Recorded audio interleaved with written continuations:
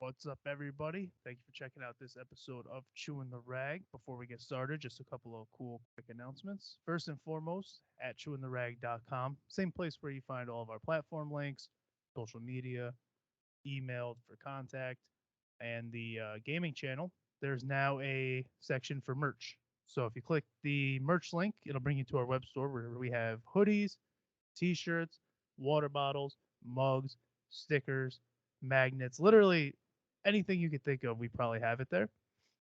So be sure to go to chewintherag.com to pick up a piece of merch and make sure to like, rate, share, and subscribe on any of those platform links that you listen to us. It helps myself out, and more than that, it helps these guys out that I bring in that I think have cool things to promote. The more eyes on me, the more eyes on them, and it kind of helps the whole community, which is what this is really all about. Second, Dubby, Dubby Energy, good clean energy. Drink it every morning. I wear their merch. I have their hat on right now as we speak. I'm using their mouse pad. I highly support Dubby. It's kind of helped me get away from coffee a little bit. I drink my Dubby between like 6:30, 7 a.m. and I'm good until late afternoon. Whereas I was drinking multiple cups of coffee a day. So Dubby.gg and use promo code Chewin at checkout to get yourself some good, clean energy. Again, that's Dubby.gg, promo code Chewin, no G, Chewin, Chewin at checkout. And one last thing, I am doing one more comedy show. I said I wouldn't, but I'm doing one more. Cairo, New York. It is September 24th, and it will be at the Old Factory Brewing Co. And I believe, if I'm not mistaken, all proceeds go to benefit hospice. So one more show. This is it. Not doing another one. Old Factory Brewing Co. in Cairo, New York, and that's a few months from now, September 24th. Thank you guys, and be sure to go into the description of this video if while we are rather talking about charity. Donate money to help the kids in all my videos, or Spotify, all the descriptions wherever you're listening. There's a GoFundMe link. Donate some money, help the kids. They also have an event early September, and I believe if you click the GoFundMe, it goes into that a little bit more. So come support those guys, support myself later that month to benefit hospice. And thank you guys again for checking out this episode.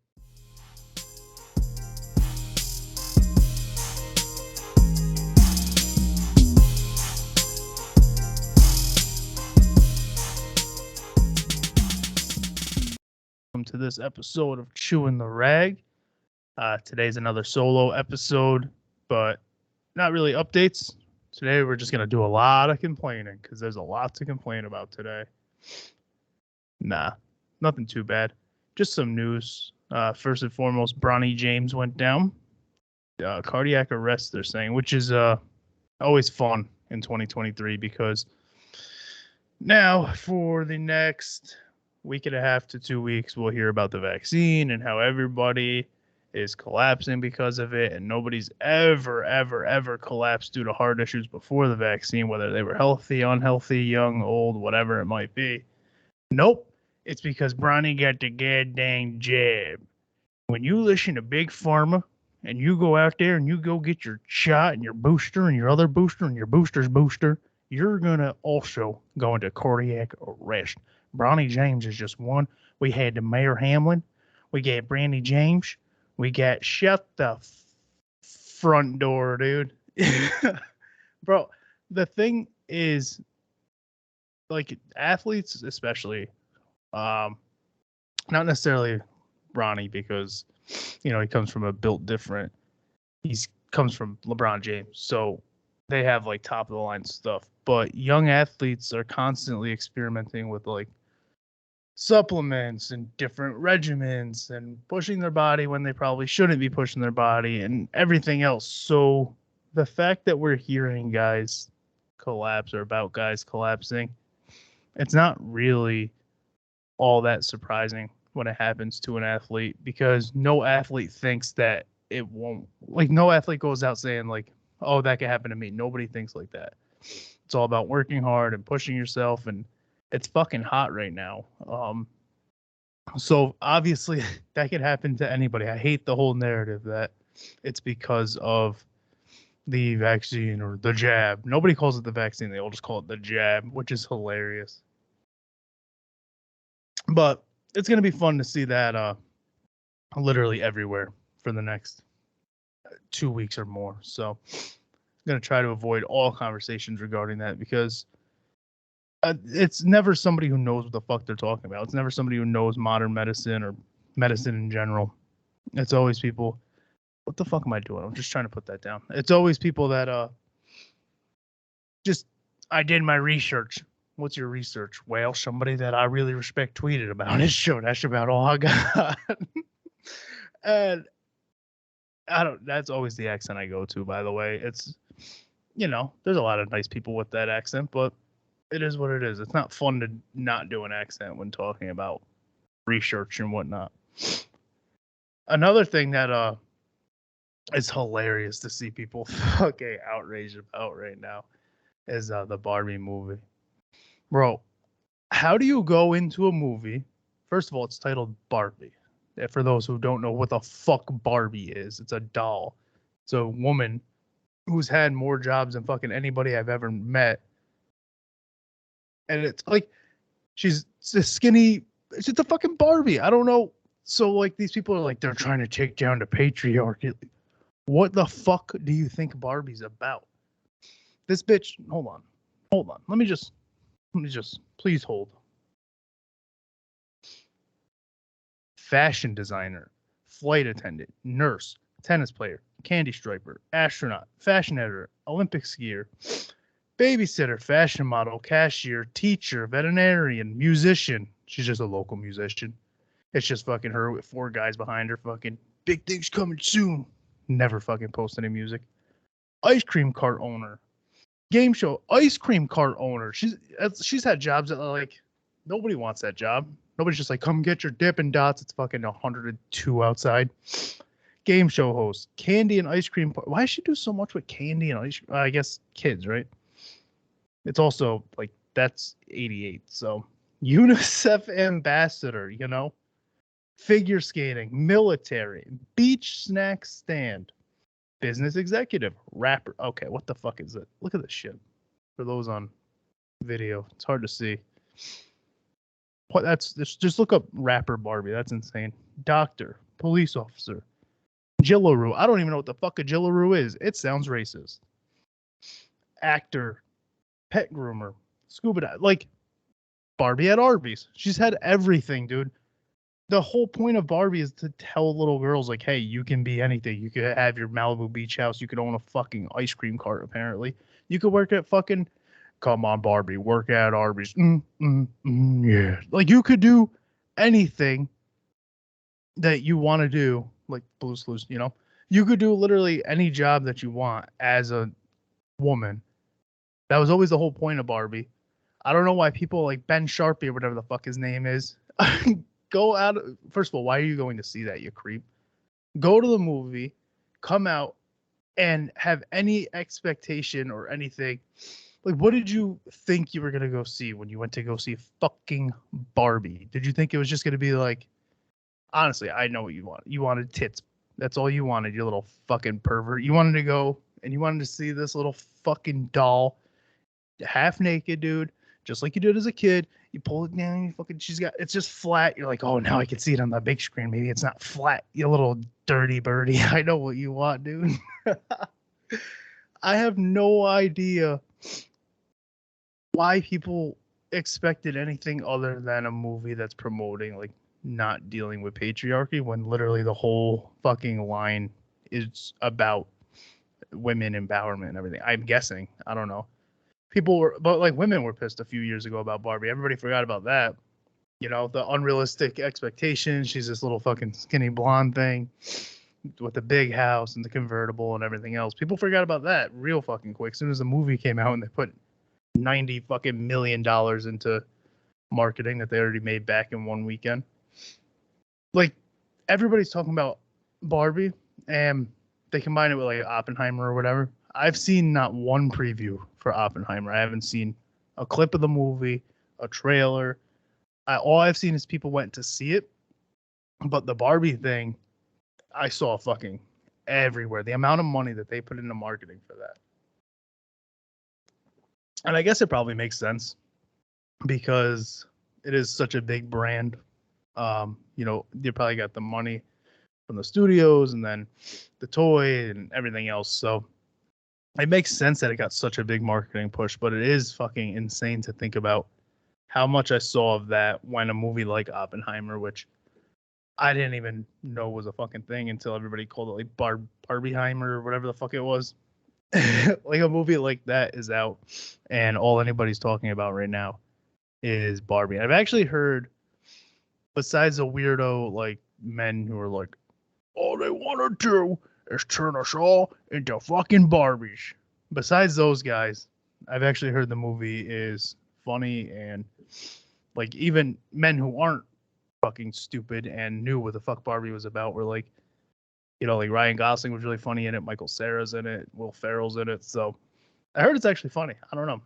But it's just the people on the other side who don't know what Barbie is, but obviously went to go see it and were fucking surprised that it was a whole women's empowerment, whatever the fuck the argument was. I didn't actually listen to his argument. I just saw that, and not just him, but a bunch of people were like, oh, should I even bring my daughter to see this, or is it another woke movie? That's the big thing right now, is calling every movie woke. What do you mean it's got a black actress in it, dude? Why is everybody going woke? Why can't Sister Act have a bunch of... Why can't Fran Drescher, the bitch who played Phoebe in Friends, I can't remember her name right now. Why can't she, Fran Drescher, Roseanne, bring Roseanne back? What she said about the Jews, I agree with that. So let's bring Roseanne back. And just give me somebody else. Maybe Lorelai from the Gilmore Girls. She's a good Christian woman. Maybe her. Why don't we do a nice sister act with Lorelai, Phoebe, fucking, I already forget who I said, Fran Drescher, and the other bitch there that I said. Why don't we do a sister act with them and fight back against these woke people? That's what we should do. Nobody would care. All those people that complain that, we're adding like the Black Little Mermaid, for example.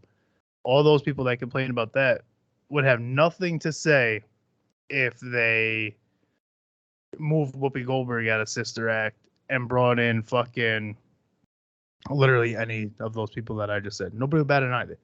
They'd be completely fine with it. But good, this one's for us. That movie would suck. Shut up. Who cares who it's for? That movie's gonna be dog shit, and you know it. But there's a whole Twitter account that's dedicated to if a movie or a show is woke, which people don't even know what the fuck woke means. Like they all look at it as a bad thing. They completely ruined the meaning of woke.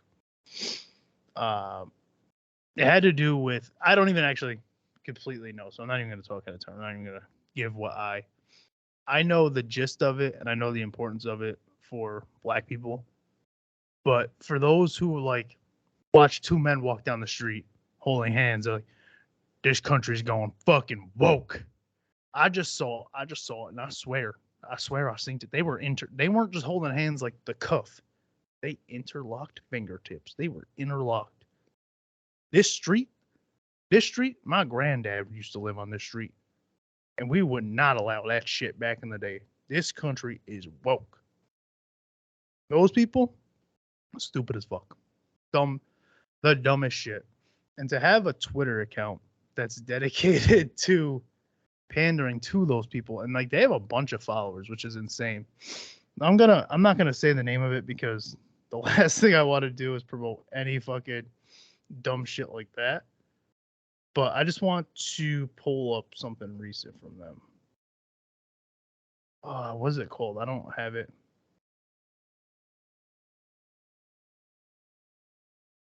Fuck. I wish I saved it. I really do. Fuck. Nothing like listening to silence while somebody types. Sound of Freedom's getting a lot of shit too, which they're like, they won't play it in theaters. What do you mean they won't play it in theaters? It's in theaters right now. I could go buy a ticket to see it. I don't understand what the hell we're talking about.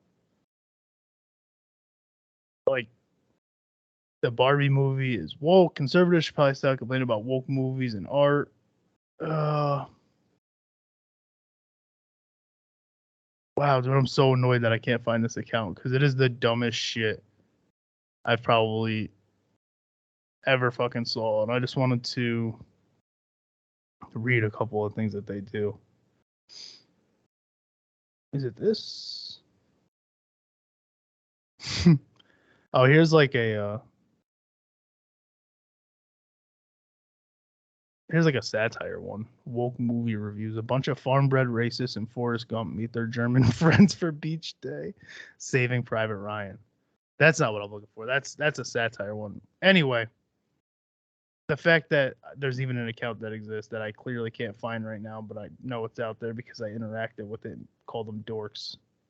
It's annoying me that I can't find it. But the fact that an account like that even exists just shows like where we're at.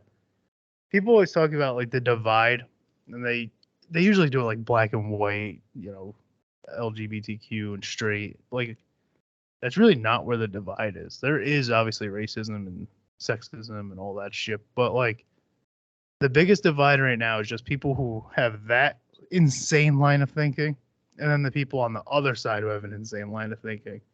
And like, you had a few people in the middle, sprinkled in there. But the biggest divide right now is like views for sure. Whether it's like politics or religious, kinda, not so much anymore. That doesn't really happen until you start fucking with laws based on religion, like the Roe versus Wade shit and all that. That's when you start getting into like you're treading religious territory. But the biggest divide right now is 100% just views and the way people view shit. Like the gay thing, obviously. Everybody's they're pushing it on our kids. They're pushing gayness on our kids. Even like I've heard people that I never would have thought would say some stupid shit like that say it. And then it's like, bro, I'm not gonna have this conversation with you because I don't give a fuck what you're talking about right now. I don't. If you watch a movie and there's a gay couple in it and they're fucking holding hands, it is what it is, dude. You know how many movies I watched growing up where there's straight sex? Do you think I needed to see that? No, but did you care? No, you fucking put the movie on. So shut up. Shut the fuck up. It's just, it is what it is. We're more accepting now. That's all that is it's not about, they're putting this in the movie to try to push, blah, blah, blah. It's an accepted thing now. You don't have to be closeted. And obviously some people do feel like they have to be because of the fact that we have those other views. But like overall, the acceptance is there. That's why you're seeing that. And sure, there are probably some movies that are just trying to push their agenda or meet like their fucking quota to try to get past, whatever that is. But that's show business, baby. That's show business, baby. And there ain't no show business. There ain't no business. Like, just had a fucking just ruined everything I was talking about. All good. What else? We are on a fucking real strange start right now. Usually in the beginning, I'm like, oh man, something, went away with my son, did this, just a couple updates on the studio, blah, blah, blah. Today I was like, Barbie's a good fucking movie, and if you don't like it, you're the fucking asshole. I haven't even seen it. Don't even have any interest in it. But like, the only thing that's making me interested in it is the people complaining about it. That's it. That's all it is. But let's get away from all this nonsense. Let's bring it back to what Chewin' the Rag's all about. Speaking of, see this shirt right here? It's the black and blue variant. It's premium quality shirt. It's real comfortable. I'm not just saying that. ChewinTheRag.com. Already talked about it in the intro. We're not going to get too much into that, but just letting you know that I'm wearing it. My son's got it. Listeners are starting to get their stuff, and I haven't heard any complaints from anybody. The only complaint I have is actually my own shit. I made these mugs. Well, I have mugs on the market. and the logo was really low, and I didn't realize it until I ordered it, and then so I went in and fixed that. But that's my only complaint was me just fucking up, and I ordered it, and I was like, I'm not really happy with this. I'm like, well, fuck, if other people ordered it, they're not gonna be happy with it either. So fix that up. What do we got going on? What do we got going on in real life? Not this fucking social media complaining that everybody's doing. We got my buddy's weddings this weekend. That's gonna be fun. I'm in it, which is interesting. If you're a friend of mine, don't ask me to be in your wedding. Fuck you, Alex. You know, you got me running around, getting the fucking shirt. You got to be there at this time to do this thing and day. And I'm married, so I did it to other people. So, you know, maybe I'm a hypocrite, but don't ask me to be in your wedding. You know who I am. You know how I am.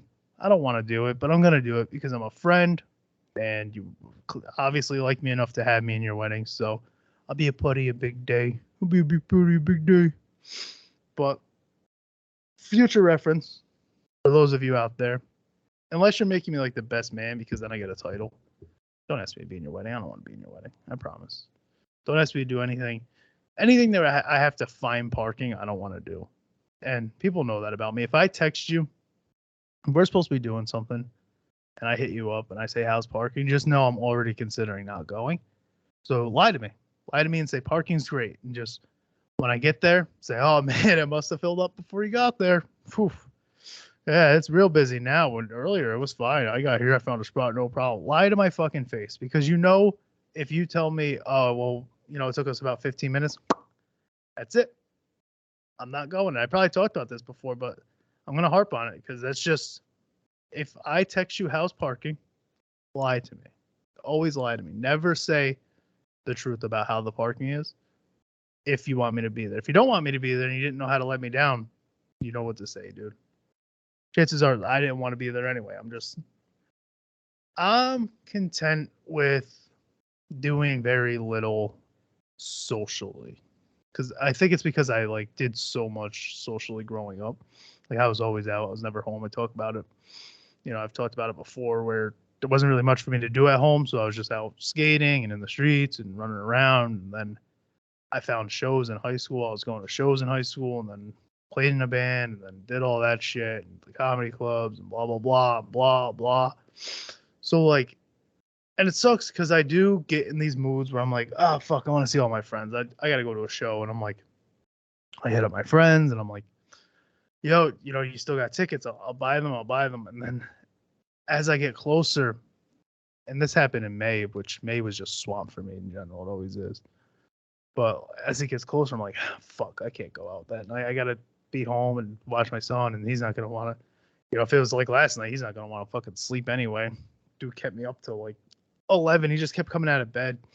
It was thundering out, so I think he was scared, but he wouldn't come out and say it. He said he was nervous a little bit, and I was like, it's just thunder, buddy. And then when I'd go in there, he's laughing and giggling. I'm like, okay. So I can't tell if you're actually nervous or you're just a fucking 3-year-old.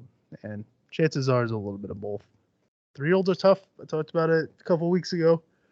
They know how to fucking push your buttons a little bit. It's that personality starts to really peek through at 3.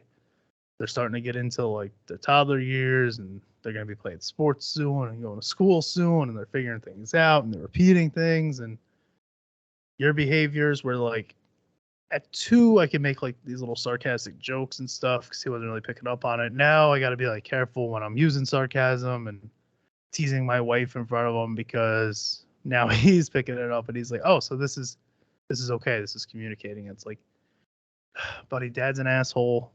You don't have to be an asshole. I'm just kidding. I'm joking around.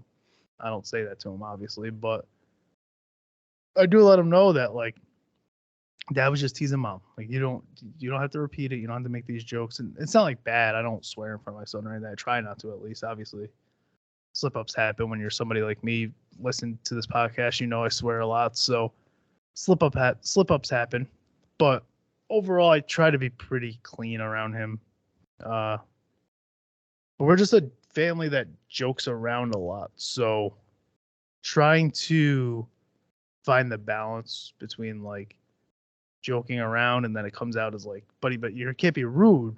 Like there's joking and then there's like teasing playfully and then there's teasing like kind of being a dick. You got to find the balance there. You can't be an asshole. So three's tough.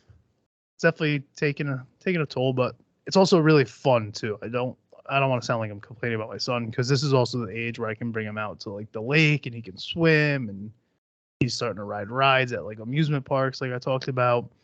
If he wants something, he's now able to just be like, hey, this is what I want. Let's go outside. Let's go play. Let's go do things. And I feel like I was talking to my buddy Alec. Went to a pool party with our kids on Saturday, and for a buddy of mine, and he was saying like, yeah, like three's cool because I feel like that's the age when they could really like start to remember things as you remind them about them. So like things that we did over the summer or that we're doing over the summer, just keep bringing them up and drilling it into his head, like these memories. Because as a kid, I don't really have memories of doing shit with my parents at all. That's just the way it was, though. We had one vacation, and it wasn't even with my mom and dad. It was went to Florida with my aunt. I think I talked about this before. I'm pretty sure I talked about my two aunts fighting in the hotel in Florida. If I didn't, yeah, they fought. They were like half naked. My one aunt called my other aunt a douche, and then they threw hands. And I think it was something about bringing me on vacation, to be honest, if I recall, the truth came out about that. But it is what it is, baby. We're like the little, me, my brothers, that household. We're like the little black sheep family where it's like those guys. And I don't know. It's not our fault. These are our parents. What do you want me to tell you? But it was fun, fucking seagull. I had a joke about it. I was trying to work a joke out. You feed the dolphins at SeaWorld or whatever the fuck it is. And a seagull came and like just ruined my whole fucking day because it took the fish out of my hand and it bit my finger and I cried like a little bitch. And I think I was like 8 or 9 years old and I was trying to do like a whole joke about, people are talking about boycotting SeaWorld. And I was saying, yeah, I definitely want to boycott SeaWorld, but not because I give a fuck about dolphins. It's more or less the other animals coming into SeaWorld, but never really worked out. It was never that funny of a joke.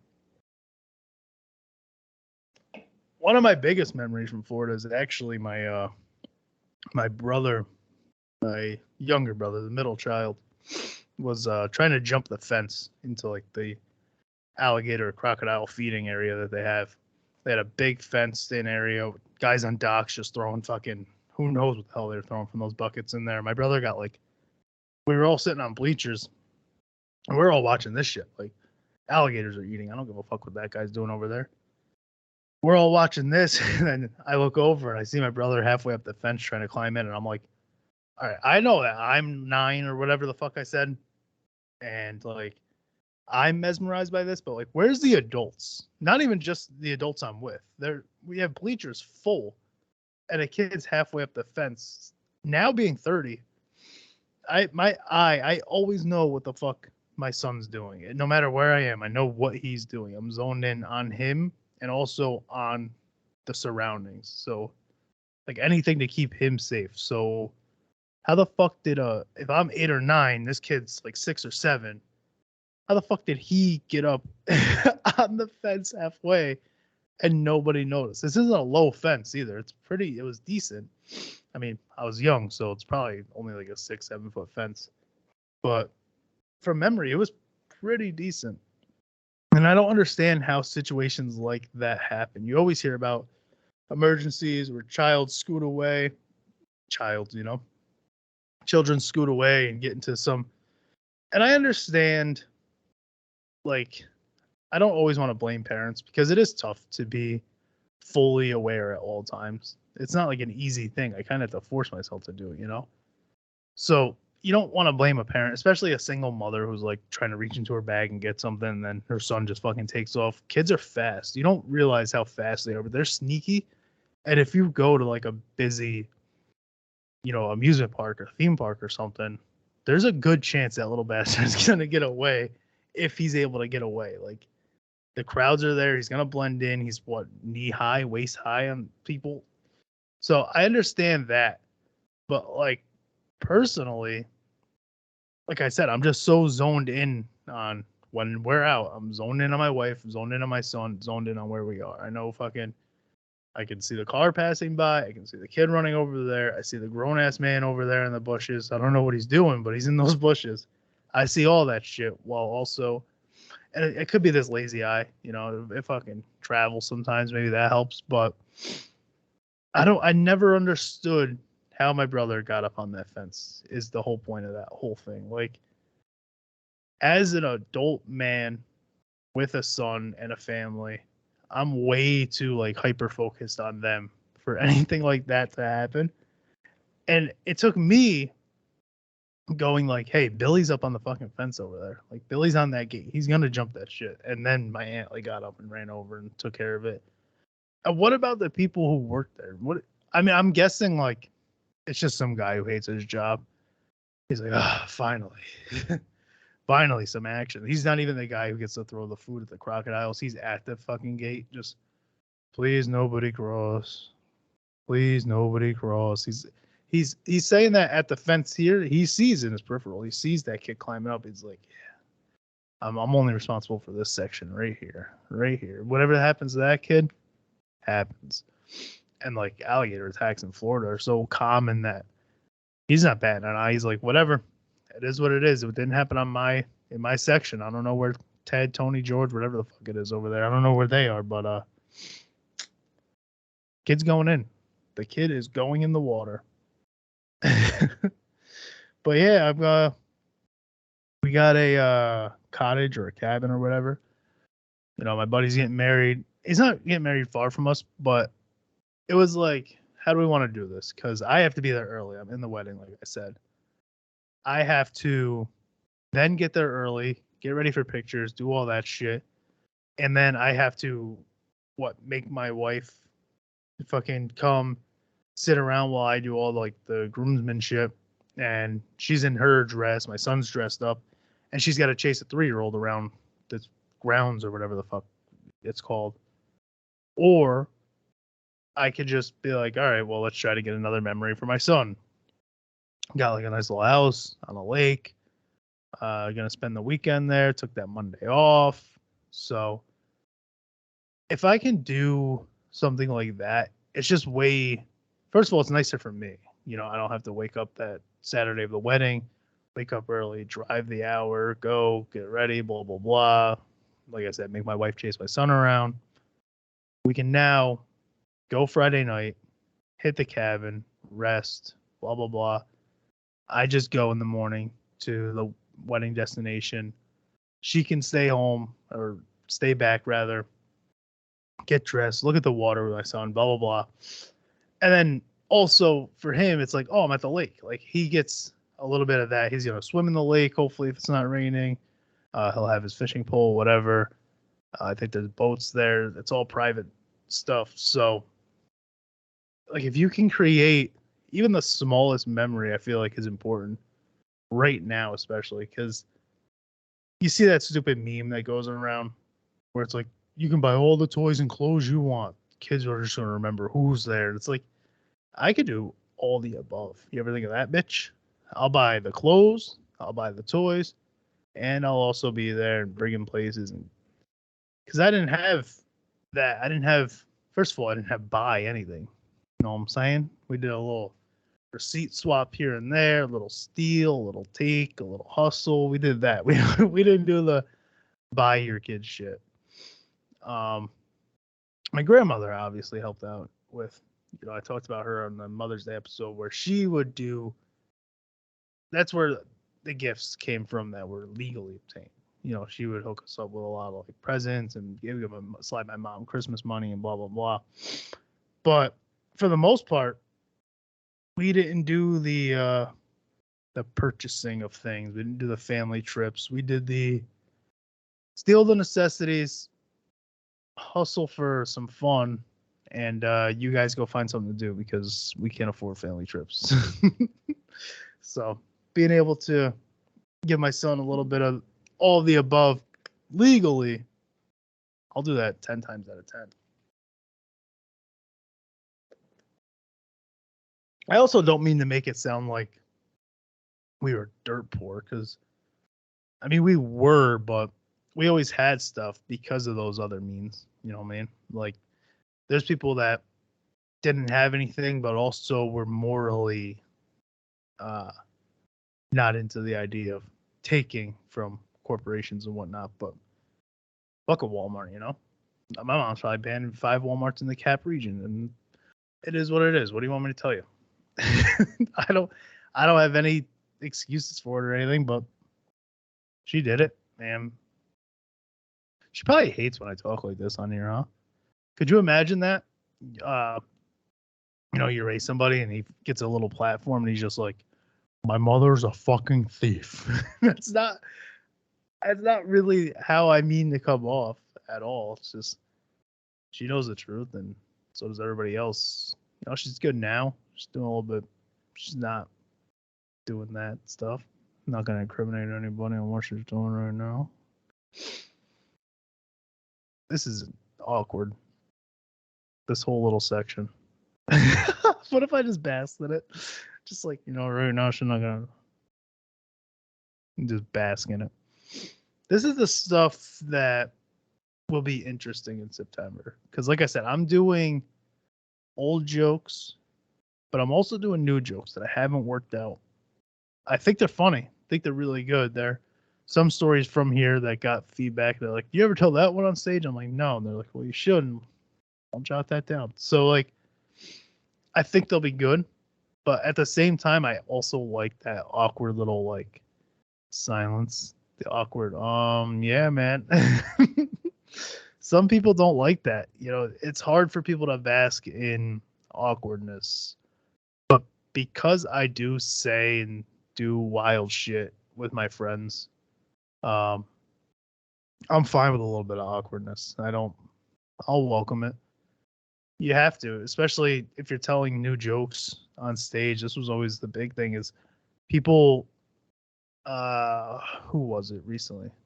Somebody recently hit me up and was like, yo, so I've had people tell me I should go on stage. And whenever that sentence comes up, it's funny because that's what people did to me from like the year from like I was 18 to fucking 28 or whenever the fuck I got on stage. People would do that. They'd be like, hey, you're really funny. Like, I don't know how you come up with this shit. You should get on stage. So when somebody starts a sentence like that, I'm like, okay, they're thinking about it. At the very least, they're thinking about it if you're coming to me and saying that. And then they say something along the lines of like, how do I get started? Or what did you do? And so for me personally, what I did, I already had a buddy going to open mics. And I was talking to another buddy saying like, look, I think I might just try it out. And I didn't know at the time, it was Casey. I didn't know at the time Casey was already doing open mics. And he texted me, it was like, hey, Jake said you were considering doing comedy. Just want to let you know I've been going to an open mic in Albany. You know, if you ever want to swing by, you should come through. And I was like, yeah, I will. And then he did it the next week. He's like, hey, I'm going up here. I'm like, yeah, I will. And then the week after that, I was like, all right, I'll do it. I'm going to come up. And I went. And the first 2 times I think I went, I didn't go on stage. It was a coffee house. It was just front of the room, but I didn't go up. I was like, nah, I'm good. I'm just kind of going to, you know, observe and see the feel of it and how it goes. And you do that twice. And then you're like, okay. So these guys obviously aren't professionals. They're at this coffee house open mic. So I can, at the very least, I can get up there and just tell some true stories. So I did. The very first joke I ever did was about, and I'm not gonna do this joke, so I'll say it. The very first joke I ever did was how, like, because I worked in a call center and the break room was always older black women on FaceTime. So the very first joke I ever did was how I could never date a black woman because I'm just not handsome enough for FaceTime. And if somebody ever walked by, I just know she would get hit with like a barrage of insults. That's all. It was a really stupid joke, but it got a chuckle. And then I was like, okay, so I can at least make fun of myself easy enough. And then I did just some bits like that. But then it grows and you realize like you go from silence with your first joke to a chuckle and then you get off. Then you're like, okay, that got a chuckle. So let me go off that. That one got silence, but also that was my first time ever getting on stage. It probably sucked. Let me try to tweak it. And then you get 2 chuckles. And then you're like, okay, I got 2 chuckles. Then you get 3 chuckles. And then silence again, 100% silence. But then you like find a joke that makes a room laugh. And that's when you feel good. So like that, my biggest advice to people like Dave, I'll just say it. Dave is the one who reached out to me. My biggest advice for somebody like Dave is like you have to just get up there and you have to understand that it's awkward and it's silent. But the more you get up there and the more you're in that awkward and that silence, you'll hear, even if one guy in the back of the room goes that knows fucking, you're like, okay, all right, there's something there. That guy got it. And then you try to get the whole room to, and then you feed off that, and then the whole room, and then it turns into laughter. So don't get discouraged by your first 15 times going on stage because you're probably not going to get a laugh in your first 15 times going on stage. And it's like a real laugh. You'll get ha-has and hee-hees, but like a real, oh, that this room is laughing now. That doesn't come right away. It's like a man with, I'm not going to do an erectile dysfunction joke right now, but it doesn't come right away. You got to really work at it, and you have to understand that conversation funny isn't the same as stand-up comedy funny. Me and you shooting the shit on a podcast, me and you shooting shit at a bar, me and you I meet up with you and I'm making fun of the shoes you're wearing off rip. That's a lot different than sitting down, opening a notebook and saying, what do I think would make a room of strangers laugh? If nobody in this room knew me and I was paid to make them laugh, what would it take? And that's what's tough. And you're not paid in the beginning, but you have to look at it like that. Because eventually the goal, if you're up there and you're continuously going, the goal is obviously to get paid. I don't care if you say it's not. You don't want to sit there and just perform at open mics your whole fucking comedy career. And I didn't have a career, I never did, but I knew going up there, like, if I'm going to continue doing this, I'm eventually going to want money for it. That's just how it works with everything. Not necessarily everything. This podcast, I'm going to go fuck fat. I'm in the hole with this fucking thing.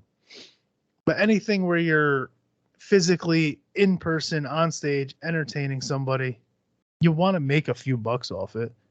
It might not be the ultimate goal. The ultimate goal might just be, this is my hobby and I'm having fun with it. But also, you have to have somewhere in the back of your mind where it's like, if I'm not going to get paid for this, it's probably because I'm not funny enough. Because eventually, if you're good enough or funny enough or your band performs well enough, somebody's going to throw a couple bucks your way. I'm not even saying like go get rich, make it a career, but I don't know. I'm rambling. It's just, it drives me insane when people are like, don't do it for the money. Like, no, don't do it for the money, but be good enough where somebody's willing to pay you. There's the nugget right there. I knew I'd get to it eventually. Don't be satisfied with just hitting the open mics and doing it that way. But ultimately, the advice I have is just go. You don't even have to get on stage your first. Go to like 5 open mics. Just go to, there's ones in like Saratoga and Albany. There's ones all over the place. Troy. Go to them, hit them all.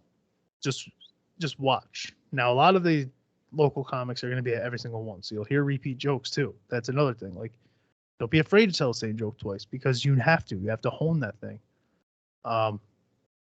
Just get up on stage or don't your first 5 times. Like I said, I didn't go on stage until I think my 3rd visit, 3rd or 4th. Just go, listen, observe, see how these people are doing it. It's really good to see people not at a professional level. You go to a professional show and you're like, I'll never reach this level. Maybe you won't. That's fine. But you can hit the same fucking.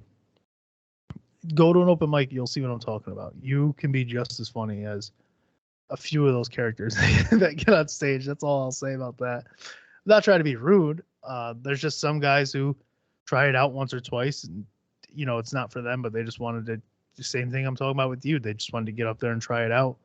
So maybe they weren't hilarious, but that's good. That's what you want. You need to see that because then you can get up there and you can be like, I don't have to be hilarious right now. I just need to get something out there. I also, Kevin Hart's book, I think I talked about it on here, really helped me out because I stopped doing shock value and I started doing what I do on here, which is like the real shit, like talking about my upbringing and my family and blah blah blah and shit that I thought like shit that what is it? It's not trauma because I'm not traumatized, but people say like make your trauma funny.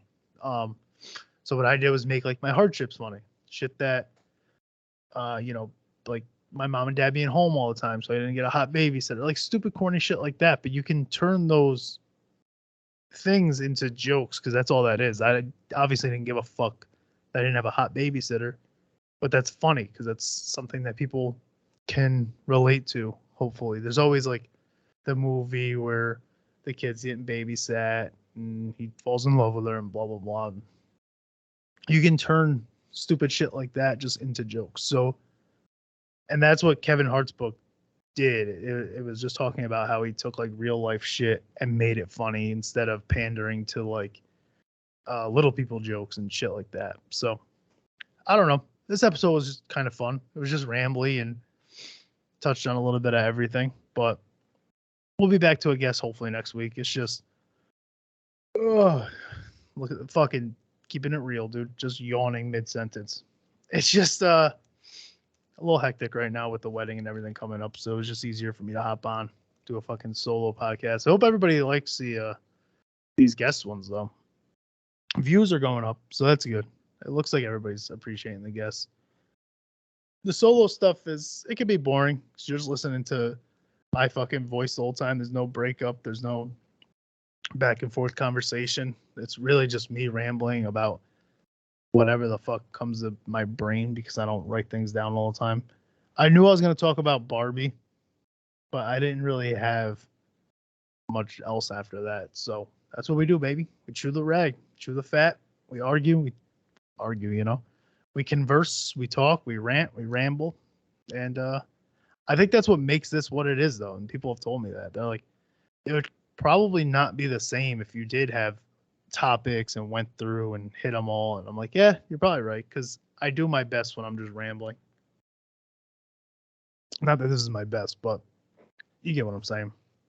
ChewinTheRag.com, w.gg, promo code Chewin. ChewinTheRag.com. All the platform links. Like, rate, subscribe, share, follow. All the shit from the intro. It's all the same shit. Thank you guys for checking out this episode. We'll be back next week, hopefully with a guest. If not, maybe I'll do a full structure instead of these rant and rambles.